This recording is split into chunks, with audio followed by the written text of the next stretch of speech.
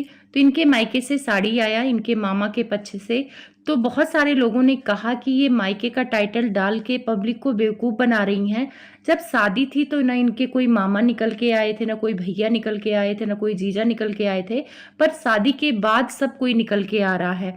तो इससे क्या पता चलता है कि जब आपका तकलीफ का टाइम होता है तब लोग नहीं होते, और आज आप संपन्नित हैं, आपका ससुराल अच्छा है, आप अच्छे से अपने घर में हैं, तो सारे रिश्तेदार निकल के आ रहे हैं। और जिसको नहीं भी रिश्ता रखना होगा अब इनके साथ रखेगा, क्योंकि ये सोशल मीडिया पे फेमस है।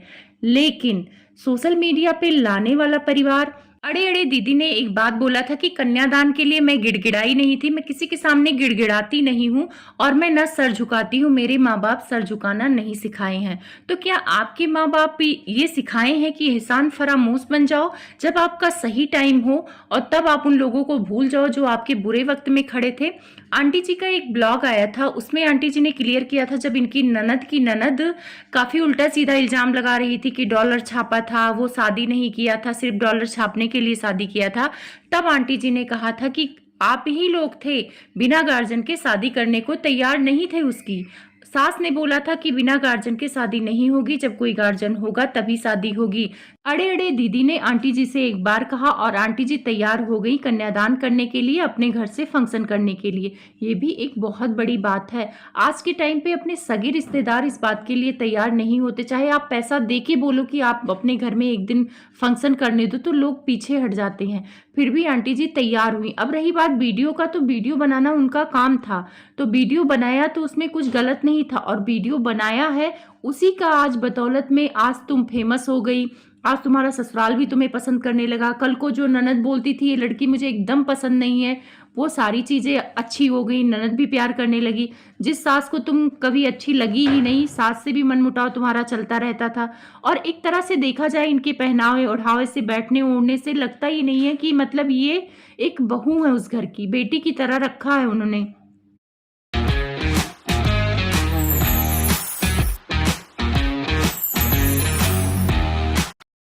है उन्होंने अगर आप फेसबुक पर इनका ब्लॉग देखेंगी तो ये खाना बनाते बनाते खाने लगती हैं, और पैर को ऐसे बीच से फाड़ के ये भी बैठती हैं। इतना गंदा लगता है, मतलब किसी चीज़ का भी सहूर इनको नहीं है, फिर भी ससुराल वाले अपना लिए। अब बहुत सारे लोग इन पे इल्ज़ाम लगाते हैं कि अगर ये कमाती नहीं तो शायद ससुराल वाले इन पे 1000 कमियां निकालते। तो हाँ, हो सकता है अगर ये नहीं कमा रही होती तो शायद। और जब ये नहीं कमा रही थी तब चौथे दिन ही ये भाग के मायके आई थी, यानी ये कन्यादान देने वाले जो आजकल इनके दुश्मन हुए पड़े हैं उन्हीं लोगों ने संभाला था। ऐसा क्या हो गया था 4-5 दिन में कि इन्हें अपना घर छोड़ना पड़ा, जीने मरने की मतलब बातें करने लगी? कुछ तो हुआ होगा ना, इन्होंने लड़ाई किया होगा। और इनकी बदतमीजी अगर देखनी है तो फेसबुक पे जाओ, ये अपने देवर के ऊपर भी थूक रही थी। मैंने पहली बार देखा कि कोई भाभी अपने देवर के ऊपर थूक रही है, मार रही है। तो मैनर्स नाम की चीज नहीं है इनके अंदर। किसी ने कमेंट किया था कि हल्दी मेहंदी कौन करता है वेडिंग एनिवर्सरी में, तब इन्होंने कहा कि मैं किसी के पैसे का नहीं कर रही हूँ, मैं अपने पैसे का कर रही हूँ। तो यहाँ पे मैं बोलूंगी सब कोई अपने पैसे का ही करता है, और ये पैसे आपने कहाँ से कमाए हैं? इसी सोशल मीडिया से कमाए हैं। और हाँ, अभी 1 महीना पहले जो ननद मरी थी उस ननद को तो आप न्याय दिला रही थी, आप तो एक अच्छी भाभी बन के आगे आई थी झंडा लेके कि मैं इसको न्याय दिलाऊंगी। खूब वीडियो छापे थे आपने और उसमें व्यूज भी बहुत अच्छे आए थे, पैसे भी खूब कमाए, तो इसका मतलब वो पैसे अब काम आ रहे हैं। ननद की मौत का फायदा तो आपको हुआ है भाभी जी, चाहे उसको न्याय मिले चाहे ना मिले, लेकिन आपने फायदा खूब उठाया है। उसके 4-5 दिन मरने को हुआ था, उसका 13वीं भी नहीं हुआ था, और आपने अपनी वेडिंग एनिवर्सरी की तैयारियां शुरू कर दी। उस टाइम पे जब आप वीडियो बना रही थी तब अपने आप को भाभी प्रेजेंट कर रही थी, तो आप किस तरह की भाभी हैं? मैंने तो पहली बार भाभी देखा है, चाहे वो पड़ोस की ही ननद थी। जब वो इतने दूर की मुंह बोली रिश्ते की ननद थी तब आपको इतना झंडा लेके नहीं आना चाहिए था कि मैं न्याय दिलाऊंगी, उसके साथ बहुत बुरा हुआ है, ये हुआ है, वो हुआ है, और आपने न्याय नहीं दिलाया। आप तो फंक्शन की तैयारी करने लगी, तो लोग तो उंगली उठाएंगे ना, या तो पहले वीडियो में दिखाओ मत, और जब आपने दिखाया उसकी भाभी बनी, वीडियो बनाई, तो लोग बोलेंगे कि कैसी भाभी है, ननद मरी नहीं और वेडिंग एनिवर्सरी की तैयारियां होने लगी। तो इनका कहना है कि उनके परिवार वाले ठंडे पड़ गए हैं, उनको न्याय नहीं चाहिए। तो परिवार वालों को नहीं चाहिए तो कोई बात नहीं, लेकिन आप तो भाभी थी ना, आप ही न्याय दिला देती अपनी ननद को। तो यहाँ पे कहने का मतलब ये है कि जो जैसा दिखता है वैसा है नहीं, सब कोई अपना फायदा देखता। उस टाइम पे भी मामला गर्म था, इन्होंने भी मौके का फायदा उठाया और अच्छा खासा पैसा कमाया। दूसरे को तो ये बोलती हैं, राज फैमिली को टॉन्ट मारती है कि मुझे कंट्रोवर्सी के पैसे नहीं चाहिए, और बेडी यूनिवर्सिटी से पहले आपने राज फैमिली से ही कंट्रोवर्सी कर लिया। भले वो लोग बदनाम है कंट्रोवर्सी के लिए, जिसको आप 1.5 महीना पहले टॉन्ट मार रही थी, जब आप अपने ननद को न्याय दिलाने उतरी थी तब आप टॉन्ट मार रही थी, कम्युनिटी लगाया था कि मुझे ऐसे कंट्रोवर्सी के पैसे चाहिए नहीं, मुझे हजम नहीं होंगे। तो ये सारे पैसे आपको हजम हो जाएंगे। जिस ननद को आपने न्याय नहीं दिलाया, बेडी यूनिवर्सिटी से पहले आपने कंट्रोवर्सी कर लिया। मतलब एहसान फरामोशी आपसे सीखना चाहिए। एक कहावत है ना, डायन भी 7 घर छोड़ के डसती है।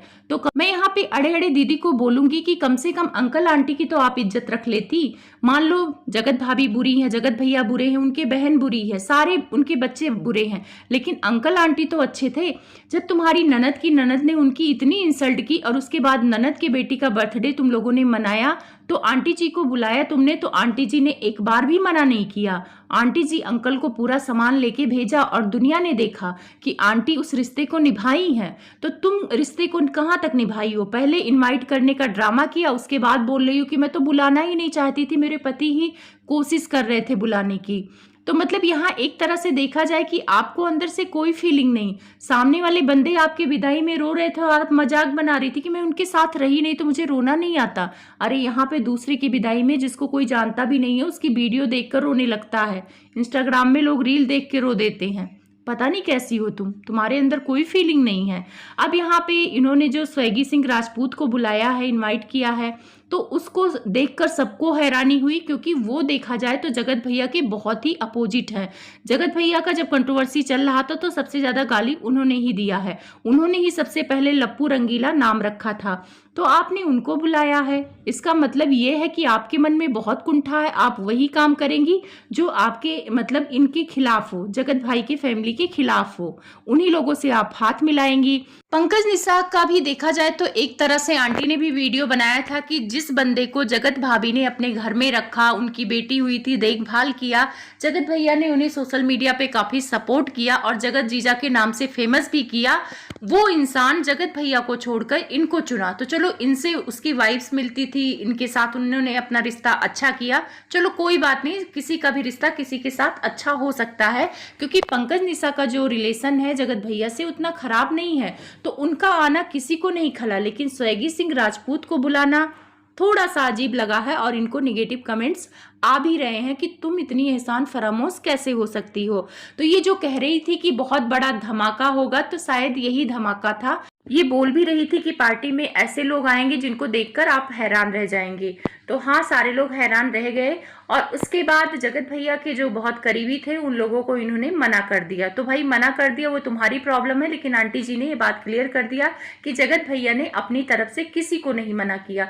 अगर मना करना होता तो पंकज और निशा पे सबसे पहला हक है और जगत भैया ने उनके लिए बहुत कुछ किया है, तो उनको जब मना नहीं किए तो और क्रिएटर को मना कर क्यों करेंगे? और सारे क्रिएटर से तो उतना पड़ता भी नहीं है जगत भैया का, जितना ये पंकज निशा से पड़ता था। तो यहाँ पे जगत भाभी को ये कॉपी कर रही हैं, तो हाँ थोड़ी बहुत तो कॉपी ये कर रही हैं। जैसे जगत भाभी बोलती थी कि मेरा ड्रेस नहीं आया है, अब मैं पुराना ही पहन लूंगी, मैं क्या करूं, ऐसा वैसा, तो वो भी वैसे सेम कॉपी कर रही हैं कि मेरा राजपुताना ड्रेस नहीं आया है, कोलकाता से आने वाला था और अगर नहीं आएगा तो मैं पुराना पहन लूंगी। भाई कैसे कैसे ये कंटेंट के लिए तुम कर रही हो? क्योंकि 1 महीना से तैयारी कर रही हो, तो 1 महीना में तुम्हारा ड्रेस अगर तुम बनवा रही हो तो कैसे नहीं आएगा? मेहंदी हल्दी का कोई फंक्शन का इनका ड्रेस बना ही नहीं। जैसे जगत भाभी बोलती थी कि मेरा ड्रेस अभी आया नहीं है, बस बनने वाला है, तो वो सारी चीज़ें ये कॉपी कर रही हैं और हल्दी और मेहंदी का फंक्शन भी उनसे ही कॉपी कर रही हैं, लोगों का कहना है। तो चलो ये सारी चीज़ें कॉपी करना नहीं करना ये तो अपनी खुशी होती है, चलो इनको अच्छा लग रहा है ये सारी चीज़ें करना तो कोई गलत बात नहीं है, अपना एंजॉय करना चाहिए वेडिंग एनिवर्सरी। लेकिन दूसरों को बोलती हैं, जगत भाभी को इन्होंने नीचा दिखाया कि मेरी भाभी बोल रही थी कि मुंह बोले रिश्ते, मुंह बोली बहन से जगत भैया का अफेयर हो गया है, तो कहीं तुमसे भी सावधानी बरतनी पड़ेगी। तो ये बात जगत भाभी ने कभी आके नहीं बोली कि हाँ मैंने बोली है कि नहीं बोली है। हो सकता है उन्होंने बोला हो कि मुंह बोले रिश्ते से अब मुझे डर लगने लगा है, मुंह बोली बहनों से डर लगने लगा है, तो ये अपने ऊपर ले ली हूँ। ऐसा भी हो सकता है। ये बात रोटी तोड़ने की बात हुई थी तो इनको डायरेक्ट नहीं बोला गया था, इन्होंने अपने ऊपर लिया था, किसी ने इनसे चुगली की थी। तो अगर तुम अच्छी ननद होती तो जाके अपनी भाभी से पूछती, आके यहाँ पे कमेंट को लेकर ड्रामा नहीं करती कि मुझे कमेंट आ रहा है तो मुझे जवाब देना पड़ेगा। कमेंट तो तुमको तुम्हारी सास को लेके भी आता है कि तुम सास से इतनी बदतमीजी से क्यों रहती हो, कपड़े ऐसे खराब से क्यों पहनती हो, दुल्हन की तरह क्यों नहीं रहती हो, लगता ही नहीं कि तुम्हारी नई नवेली शादी हुई है। तो इन सारे कमेंट का जवाब ये नहीं देती हैं, ये अपने फायदे के अकॉर्डिंग कंट्रोवर्सी करती हैं और ये कंट्रोवर्सी करेंगी। अभी इनके वेडिंग एनिवर्सरी के बाद भी कंट्रोवर्सी होगी और आप लोग को बड़ा